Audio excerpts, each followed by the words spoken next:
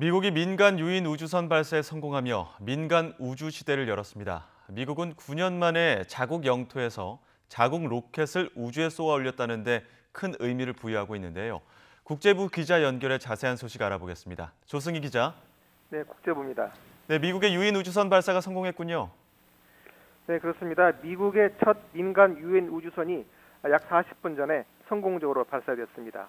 발사된 우주선은 테슬라 CEO 일론 머스크가 주도해온 스페이스 X사에서 제작한 첫 유인 캡슐 크루 드래건인데요. 크루 드래건을 탑재한 팰컨 9 로켓은 교행음을 내며 케네디 우주센터의 39회의 발사대를 떠나 우주로 쏘아 올려졌습니다. 크루 드래건은 발사 10분 뒤 로켓에서 분리돼 국제 우주정거장 도킹을 위한 우주 비행에 들어갔습니다. 크루 드래건에는 나사 소속 우주 비행사인 더글러스 헐리와 로버트 벤켄이 탑승했으며 이들은 발사 19시간 뒤인 뒤 400km 상공에 있는 국제 우주정거장과 도킹하게 됩니다. 크루 드래건은 지름 4m, 높이 8.1m 크기의 캡슐형 우주선인데요. 미국에서 유인 우주선이 발사된 것은 지난 2011년 아틀란티스호 이후 9년 만입니다. 이번에 발사된 우주선은 사상 처음으로 민간 기업이 제작을 주도했다는 데 특별한 의미가 있습니다.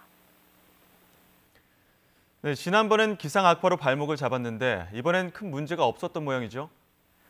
네, 우주선 제작사인 스페이스X는 지난 27일 기상 악화로 예정 시간을 불과 16분 54초 남겨놓고 카운트다운을 접어야 했습니다. 하지만 이번에는 다행히 쾌청한 날씨 덕에 발사가 순조롭게 이루어졌습니다. 우주선 발사 준비 과정에선 날씨 외에도 코로나19도 발사팀에 큰 부담을 주었던 것으로 전해졌습니다. 발사를 앞두고 관제센터 등 우주선 발사를 준비하는 업무 공간에서 코로나19를 피하기 위해 시종일관 거리두기 등 만반의 대비를 해야 했기 때문입니다. 트럼프 대통령도 직접 발사 현장을 지켜봤죠? 네, 그렇습니다. 도널드 트럼프 미국 대통령과 마이크 펜스 부통령이 지난 27일에 이어 이번에도 다시 플로리다 케네디 우주센터를 찾았습니다. 앞서 말씀드린 대로 9년 만에 자국 영토에서 자국 로켓을 우주 비행에 나선다는 상징성 때문인지 이번에도 플로리다를 찾은 것입니다. 미국은 지난 2011년 우주왕복선 프로그램이 종료된 이후 어쩔 수 없이 비싼 비용을 들여가며 러시아 우주선을 이용해 자국 우주 비행사를 우주로 보내왔습니다.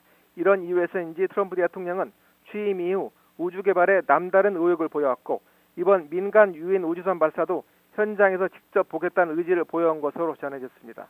CNN 등 미국의 주요 방송들도 이번 발사를 미국 땅에서 우주선을 쏘아올리는 히스토릭 론치, 즉 역사적인 발사라며 발사 카운트다운 상황을 생중계했습니다. 지금까지 국제부에서 YTN 조승입니다.